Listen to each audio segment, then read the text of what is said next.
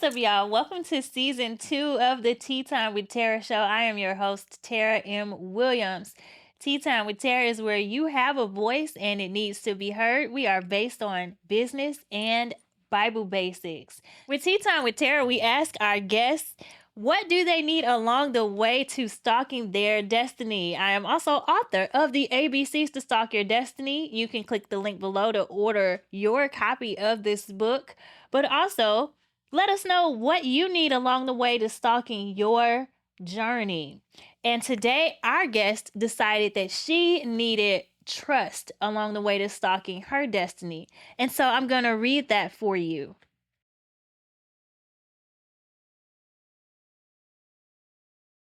There are so many things to trust when stalking your destiny. You will need to trust the process, trust your partners, trust your plan. But here's the wonderful thing about it. Whatever you don't trust can be changed within reason. Trust is needed if you're going to reach your destiny, especially trusting that you can succeed. Trusting the process. Many people today expect things to be automatic. If I upload a video, I want it to go viral right away. And in some cases, it can, but in most cases, it won't. As a child, I learned anything worth having is worth fighting for. I believe that mantra has not changed. If you want to win in life, things take time. Having an idea and turning that into a plan, a good plan at that. Then taking that plan and executing it, all the steps must be taken. Even when that is done, things still have a waiting period. For example, if you give a presentation, you must wait on a response. If your process isn't working for you, revise it. Make the necessary changes in order to go in the direction you hope to go. If your partner is taking a risk, see it through or talk it through.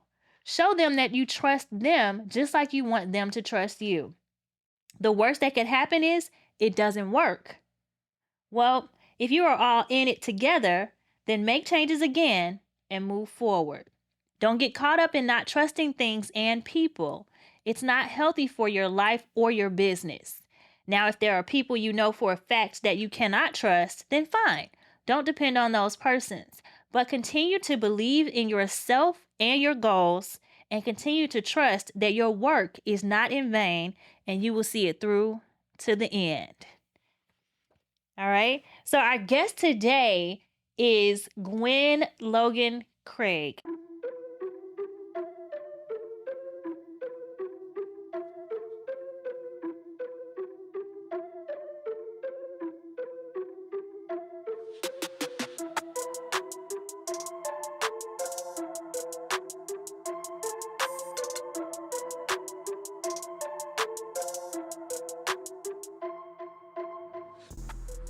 Put things in their proper place. And when you put things in their proper place, then you're able to see how much more time you have to focus on other things. And if your professional life, if your business life, if you're trying to make a life for yourself, if those things are not in order, then stop rushing to the comfort of a dependent person. Stop rushing to lean on someone else if you are not taking care of your own situation, your own life.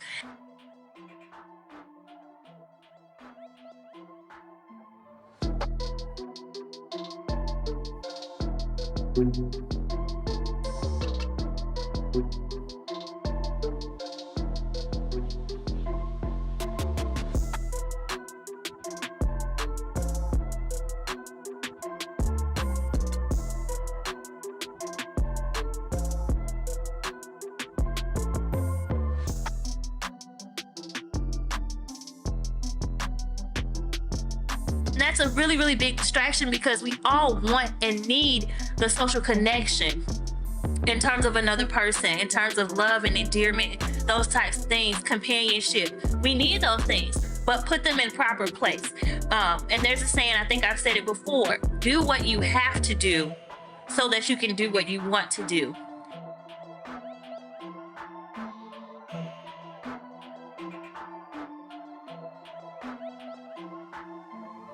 And I think I said that right.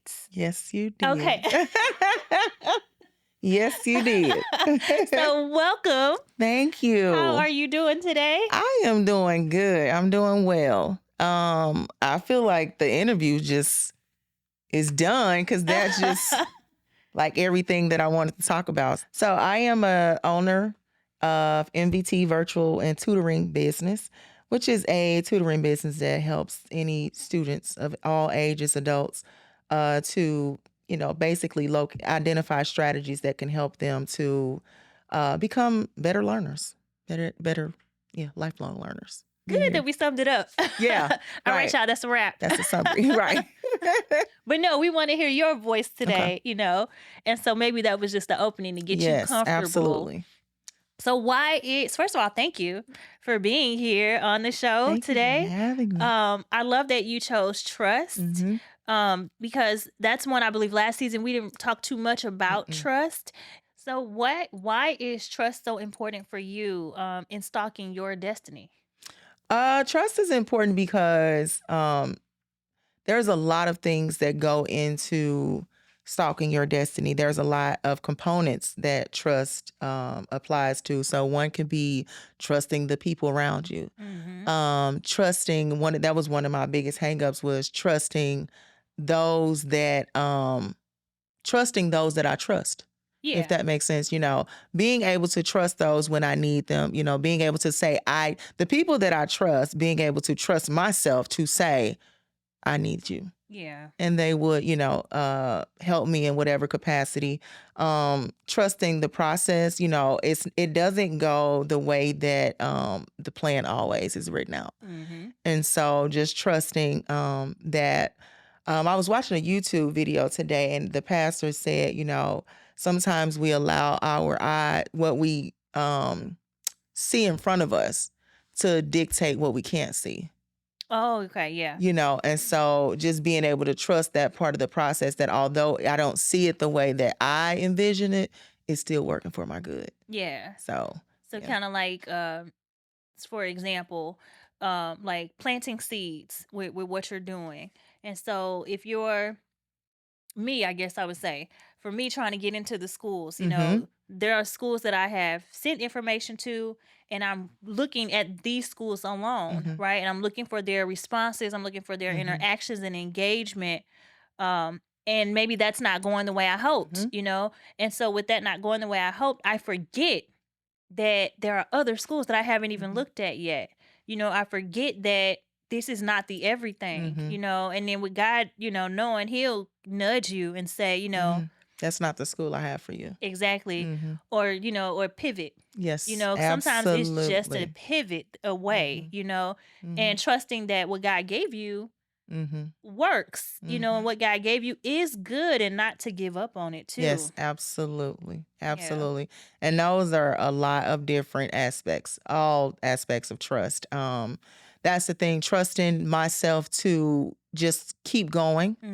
So yeah, trusting myself, trusting those around me, trusting the process, and trusting that I'm making the right decisions, because ultimately we are our biggest critics. Yeah. And so I constantly go through this phase where I'm second guessing myself. And so it's like, no, if you've you've been intentional all this time, your heart is pure, trust that it's working out for your good. Yeah. So trusting the work that you're doing, Absolutely. trusting your efforts, your intentions, and your execution. Absolutely. Absolutely. Yes. Yes. And I know with trusting the people around us, that can be hard, like she said, trusting you guys, where do you struggle with trust? What area of life do you struggle with trusting? Even if it is along the way to stalking your destiny, where do you struggle with that? Because trusting the people that you trust is a really big part for those of us who are entrepreneurs or just executing something, like even if you're at your job and you're trying to trust your team. Absolutely. You know that these people have these good qualities, you know where they are advanced at and things like that, but trusting that they will see it through to the end. Or, when you're an entrepreneur and doing it, you're trusting that they will carry out your baby. Absolutely. And your vision, or Because even as a parent, you got to trust the people to You watch have your to trust. children. You got to trust your village. Yeah. You know, and oftentimes I think one of our biggest hangups is we are okay with people trusting us. Mhm. I'm okay with people trusting me. I'm okay with people putting their children in my hands, you know, to entrusting me with their children to allow, you know, to support them in becoming better learners. I'm okay with my family trusting me. I'm okay with my village, you know, trusting me. But then I struggle with trusting with, you know, taking in that same trust. Yeah. You know, and so just understanding that, you know, we are like, you know, we are like-minded with the people that we are around, you know, and so I should be able to trust you because if we're hanging around each other, you know, in the same capacity, you know, you trust me. Right. You know, so that's one of the biggest hangups. Yeah, I'm okay with the world can trust me, you know. Because you know you. Because I know me. But then when it comes to others, others don't perform the way we would. Absolutely. But they still perform well. They perform in their own way. Yeah. That actually is conducive to what we need. Mm-hmm. You know, it's just, of course you would perform different. You're not me. Right. You know, your experience is different, but sometimes being the person in that position, I don't see that, you know. So why is that important for you? Just all of the aspects of trust.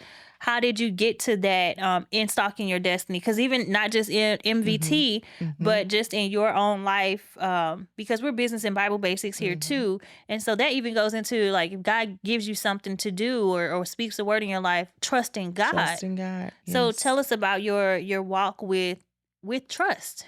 It's just when it's really bad, or not when it's really bad, but when it's so one of my biggest hangups, I always say it's my trigger, is when I'm not in control of something that happens. And so being able to trust, you know, God in that moment, being able to trust that I'm coming out of this some kind of way for, you know, with something different. And so that's what really got me to understanding that trust was, you know, is the biggest hang up for me. Trust is something that needs to be worked on, because ultimately it will hinder you from a lot of things.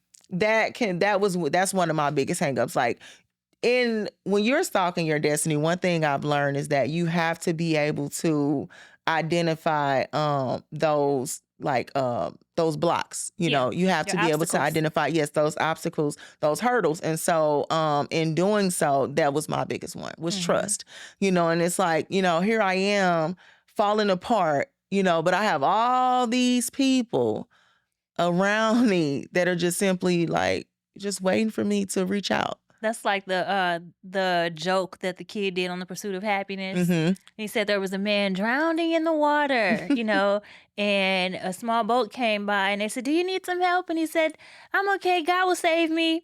And then another big boat or something came by and he said, "Do you need help?" And he's like, "I'm okay, God will save me." And then he drowned and went to heaven. And that's how the kid said, and then he drowned and he went to heaven and he said, "God, why didn't you save me?" And he said, "I sent you 2 boats, you big dummy." Like, okay, but I think we all do that though. You know, I think absolutely. we wonder, where is our help?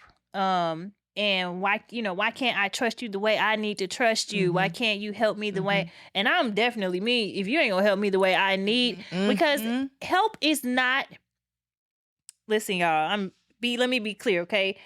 Even going from trusting to helping, okay? If what you're doing is not helpful to the person that you're helping, you are not helping. Absolutely not. I'm going to say that again, because some people are like, let me help you, and you want to do it your way. No, if you're going to help me, please help in a way that I need. Absolutely. That is being helpful. Helping me in your way is not helpful to it. So if you're going to help anybody, please ask them, where can you help and what can you do? Because all help is not helpful. And I need to trust that if I tell you I need help and I do, I accept your help and I'm trusting you, then I'm trusting that you're going to get on board with my vision. Absolutely. And help carry that out. And I hope that when you have a vision to carry out, that I can get on board and do what you need me to do as well. And that helps build the trust as well, knowing that you can follow the directives given to support me in my mission. Yes. And a lot of that sometimes comes from the fact that there may have been past issues where trust has been broken. And, that allow me to make the decisions currently, whereas I don't have the same village I had as a kid, Right. So again, I'm around like-minded adults. We have something in common, not just the fact that they trust me. Right. And so just being able to, like you said, break down those obstacles and understand what that looks like with developing trust. Yeah. Okay. So, what were you saying something else? Mm-mm. Okay. So, let me see. Trust. Trust is such an easy one. I think, it's an easy thing to discuss because it's straight to the point. It's easy to discuss. It's certainly, to me, I'm going to say it's the easiest thing to do, but it's the most difficult decision to make. Is it like an ego trip though? Like, do we all have to kind of step away from ourselves a little bit in order to trust? I think so. I think it's an ego trip. I think it's a control trip. I think it's a protecting. We want to be in control of things when you're talking about I'm almost like free falling and trusting that you are behind me to catch me, Okay. and so that allows me to break down that wall of protecting myself.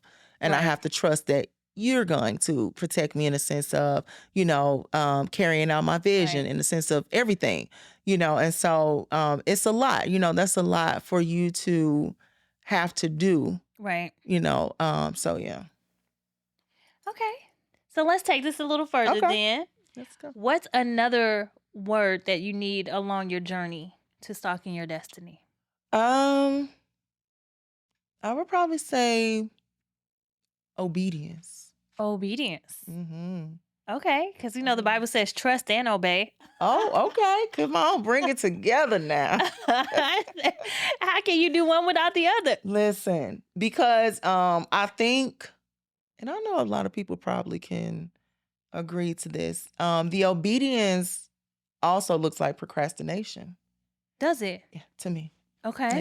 Yeah. Obedience means to me that you are there may be times that you take off to whatever the situation is, but you don't want it to turn into procrastination. Procrastination is time where you're not intentional. Okay. And so to me, that's what when you're not obedience looks like.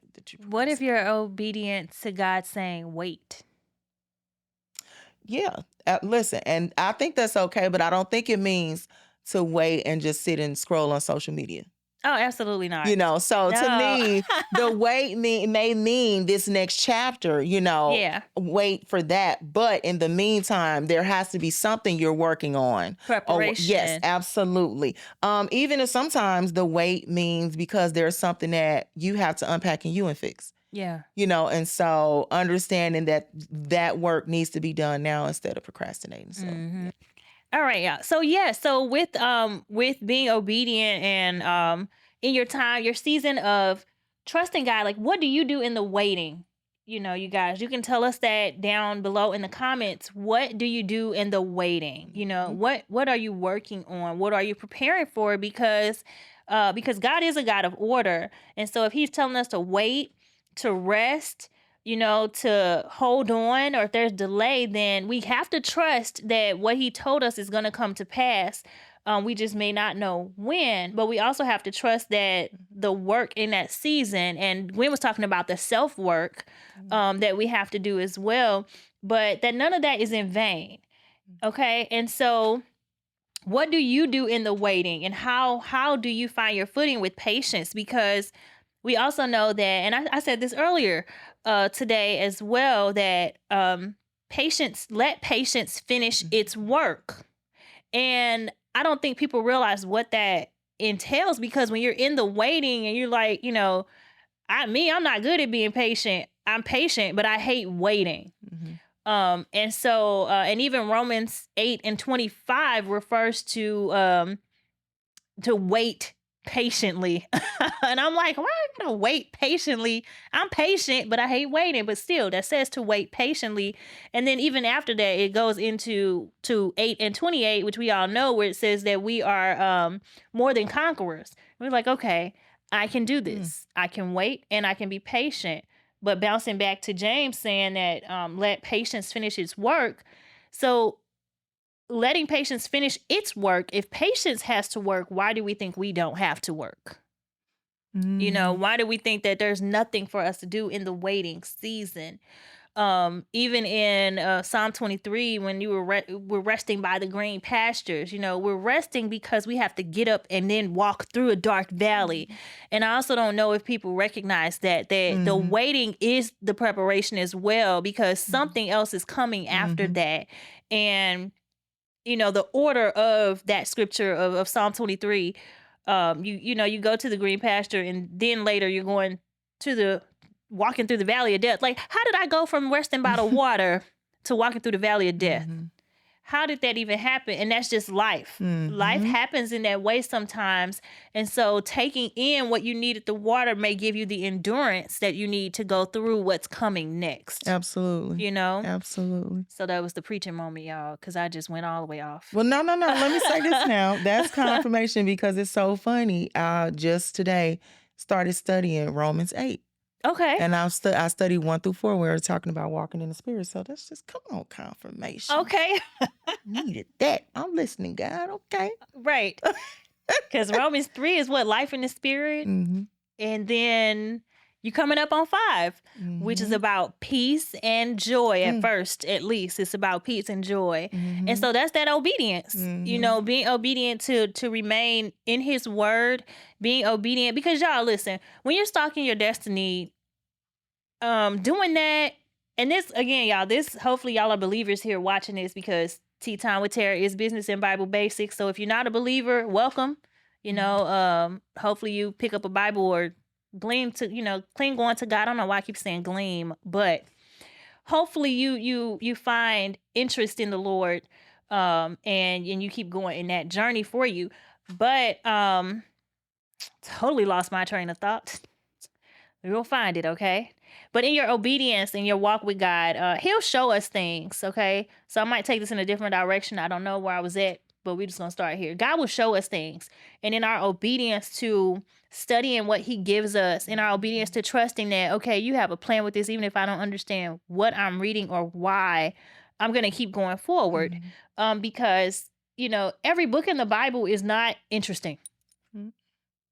Just going to be clear with you. It's not interesting. Some of them are just, you don't even want to read them. But there's purpose in it. You know, if that's something that God led you to do, is purpose in it. Even in trusting and obeying the whisper of God. Like, does God speak to you? I think so. I think I kind of get carried away with it. But I think one of my biggest hangups is thinking that he doesn't speak to me, but I had to tap into that. You're not listening. Oh, okay. And so, and that's, you know, that's just one of those when you are unpacking, you know, things such as trust and obedience, you know, like you said, that patience. So, yeah, no, he's not going to sit across from me and, you know, have this long white, you know, robe on or whatever. No, it's not. That's not what it looks like, you know. And so, sometimes it's sitting in silence, or sometimes it's just simply listening to what somebody else has told me. Somebody has told me something and I didn't listen, and then it happened, and it was something that I found out this what I've been praying about, but it wasn't coming the way that I thought that the message was going, Right. convey. And so, yeah, that's one of the biggest things is, yes, God absolutely talks to me, but a lot of times I feel like we don't listen. Yeah. Because it doesn't show up the way that we expect it to. Yeah, and then like I think you had mentioned earlier, like getting off of social. Oh, you said Yes. scrolling on social media, procrastinating. Yes. And so if you're going to use social media, then be intentional, you know, Absolutely. because if you're looking for a word from God, how many of us are praying before we even log on to social media? Because it's people on there praying. It's people over there, you know, prophesying. It's people on there teaching the word as well. And so being intentional in your prayer life, trusting that God hears you, is important as well, because we have these desires in our heart, and some people believe that God gives us the desires of our heart, and then other people just give their desires to God, like, well, God, this is what I want. Now, I believe God does both. I believe God hears our desires, but he also gives us the desires of our heart. And so knowing that, trusting in that relationship, that God knows me, that God cares about me. Sometimes you have to reaffirm yourself in that. Absolutely. I know you posted on Facebook a lot. I believe last year was, or maybe earlier this year, I am fearfully and wonderfully made. And so we have to believe that, like, what does that look like for you?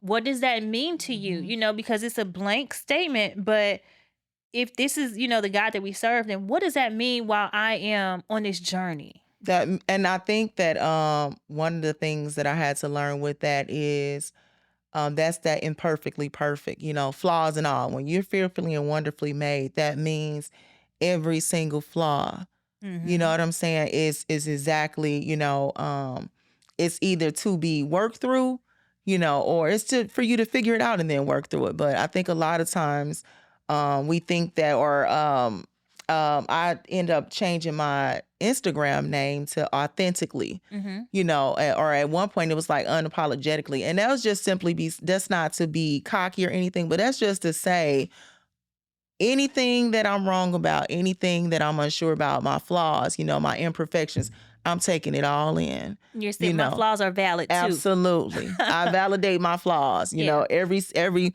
if I, say the word wrong, if you see the stretch mark, right, you like, yeah, it's whatever. It's just it's me. I take it. I would rather you to see, authentically me than, for you to see me and it seems like I've taken out this whole suit. Yeah. And I'm a different person. So yes. And I think a lot of times as women, we kind of don't give ourselves enough credit in that sense. Yeah, and that exposure too. That exposure helps us to be free, because I had stretch marks before I ever thought of having children. And I wasn't even, I wasn't a large kid. I was like half the size I am now, and still had stretch marks, but if we understand our beautiful design, then if you expose your flaws, y'all, the enemy can't expose you. That's it right there. So, That's like, it. don't sit there, don't stay there. Like, well, this me, this just whatever. Don't do that. You but should run it back. But if you expose your flaws, the enemy can't expose you. And that's a freedom in Christ. I mentioned on our previous episode as well about the freedom in Christ, and the devil can't shame you. God knows you, and so there's no need for us to hide ourselves from God, who made us, who knows the hair on our head. And there's also no shame for us to hide who we are from the world, because the thing about it is we want to give this perfect illusion off to people. And yes, God does things in excellence, but if we just show our excellence only, and not our journey, and not our tears, and not our days we wanted to give up, our discouragement, the lack of whatever it is we're going through, when we what's the word I'm looking for? When we don't show it, that's not the word I'm looking for, but when we don't show that portion of things, we do a disservice to the people watching us. Absolutely. Oh, I was just getting ready to add to that. Go ahead. That's what I was going to say. Well, I was going to say, and we have to be okay with when you expose your flaws and when you expose, your imperfections. In a sense, you are helping someone that's looking at it, but do it because that's just you being authentically you, and be okay that there are going to be people that will not validate those flaws. Right. And oftentimes, we feel like because we've done that, everybody should be like, oh, and so no, that's not, everybody will not, some people will just like, kind of focus in on those imperfections, but when you expose them on your own, when you are comfortable with them, it's okay for somebody to shed light on them as well. Yeah. Because you trust that person. Absolutely. You trust that person, and you trust their intentions with you. Absolutely. Because I know me being an accountability person or a chaos coordinator, and just me being me, Mm-hmm. I call everybody out on stuff, Mm-hmm. or I'm just because this is what I'm sitting here for. I'm sitting Mm-hmm. here to help you to Mm-hmm. say, X, Absolutely. Y, and Z and stuff. But um, it could absolutely go left. Mm-hmm. Even with someone you're sitting down with that you trust, that doesn't mean you're ready to face it Absolutely. or ready to hear it. Or even ready to hear the way that it comes out. Mm-hmm. Because I could say as sweet as honey and it could still sting you Yeah. like a bee. Yep. You know, And see, I I'm a like that. processor. I'm a Okay. processor. So you can say it, and in the first time it said, I made my reaction maybe like, who are you talking to? Mm-hmm. Okay, chill, But as I process it, you have a sign of trust. Yeah. I trust that was exactly what I needed. Mm-hmm. It may not have been the way I wanted to, it still Yeah. stung, like you said. Yeah. But as I process it, it was the honey that I needed. Yeah. Yeah. And then we got to, get to the point of being free too, to where, when you have an ouch moment, you can say it like, ouch. Yes. Like Yes. knowing that the person that was dealing it out wasn't trying to hurt you. Absolutely. But saying ouch lets them know, back up, like, hold on, Yes. pause, give me a minute. Yeah. Because I didn't want to hear that. Yeah. I wasn't ready for that. I trust you. Yeah. But I don't trust me in this Yeah. moment with what you just said to me, Yeah.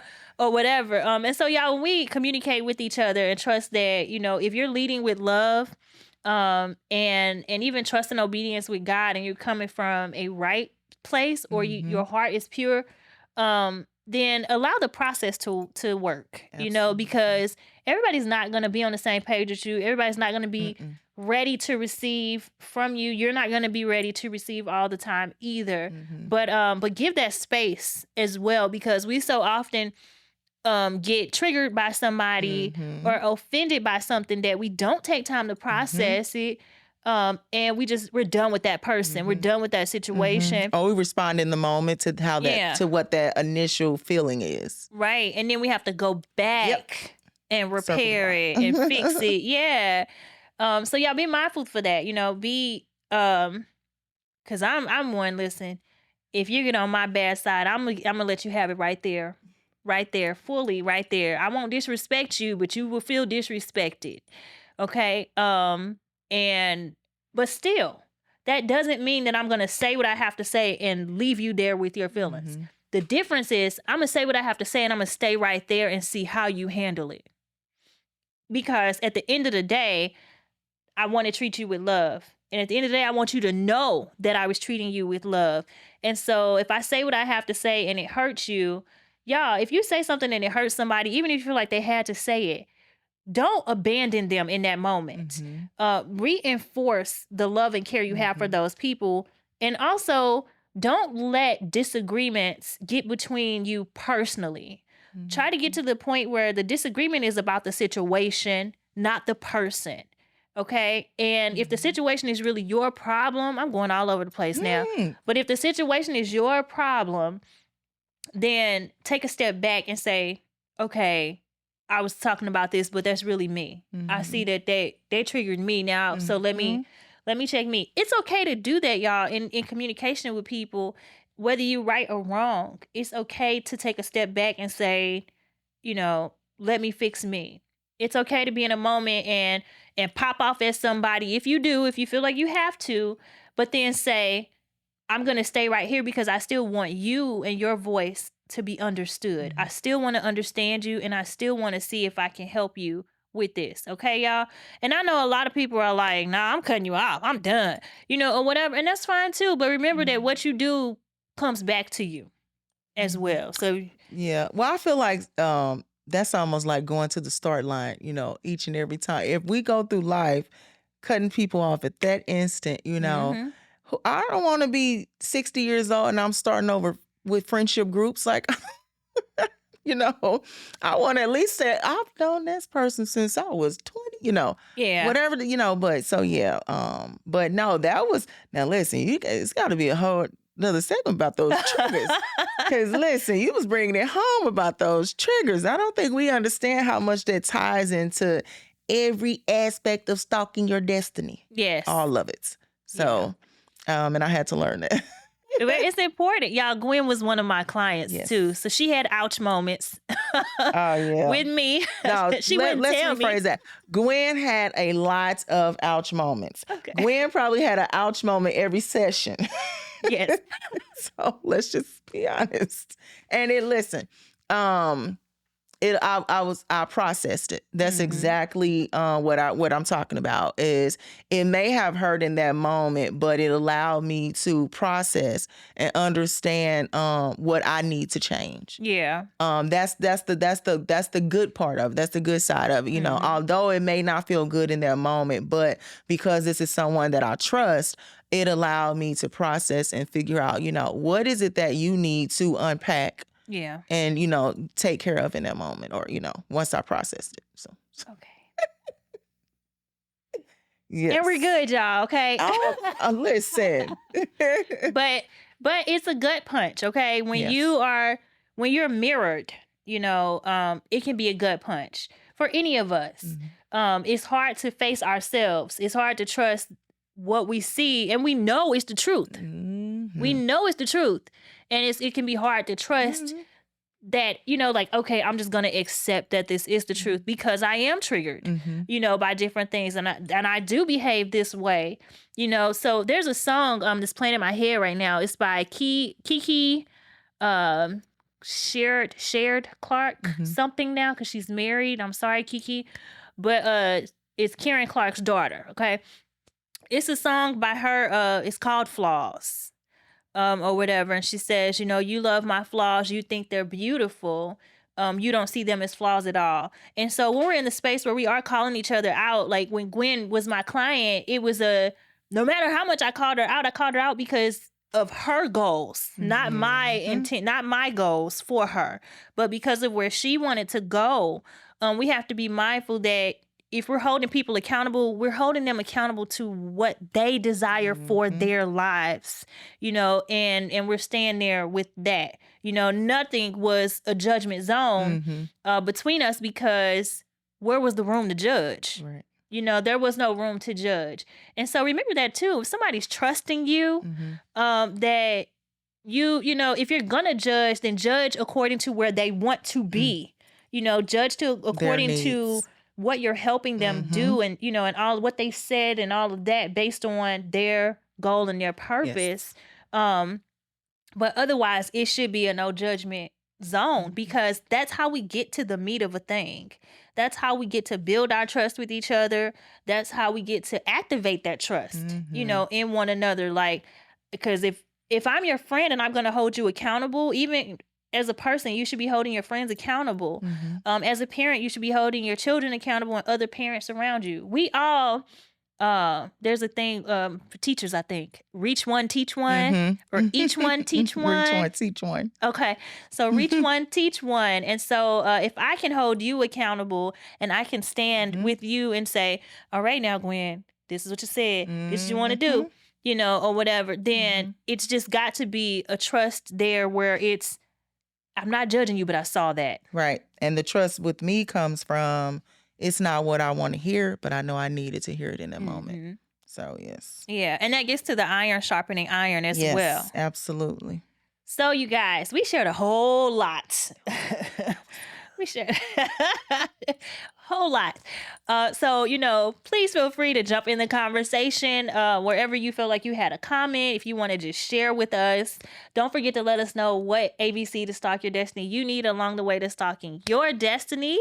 And if you haven't already, don't forget to order your copy of the ABCs to Stalk Your Destiny. So, Gwen, did you have any final words that you wanted to let the audience know, or anything you wanted to share? If you feel like you need to stalk your destiny, I would honestly encourage you to reach out to Tarah. It's the perfect program and the perfect process, I promise you. It really sheds some light on my goals. So just think, never in a million years would I have tried to even manifest a 7-year goal or anything. So a 10-year goal. So, you know, a lot of times we just don't, you know, it's not detailed. Let's say that. It's not detailed. And so that was awesome. Think it through. So thank you. Thank you. Y'all can reach me. Yeah. You can reach me at stalkyourdestiny@gmail.com. You can go to www.stalkyourdestiny, or you can hit me up on any social media platform at Tarah M. Williams or Stalk Your Destiny. And be on the lookout for MVT. Okay. Even if you're just supporting it from afar, whether you're in town in St. Louis or if you are out of town and you just want to support it, be on the lookout for that. She said her Instagram is Instagram is MVT Tutoring. MVT Yes, Tutoring. and So then I'm on Facebook as at MVT Tutoring also. But even my name on Facebook, Gwen Logan-Craig, is strictly about tutoring and just growth. So yeah, everything is public. So yeah. yes, so Yes. get into it, y'all. Your teacher's favorite tutor. That's what I like to call myself. Okay, say it Your again. teacher's favorite tutor. All right, y'all. I am Tarah M. Williams. This has been This is not Stalk Your Destiny. This has been Tea Time with Tarah, y'all. We are talking about stalking your destiny, okay? Where in Stalk Your Destiny, we believe everything you want to become, you already are. But in Tea Time with Tarah, we believe that you have a voice and it needs to be heard. So until next time, bye.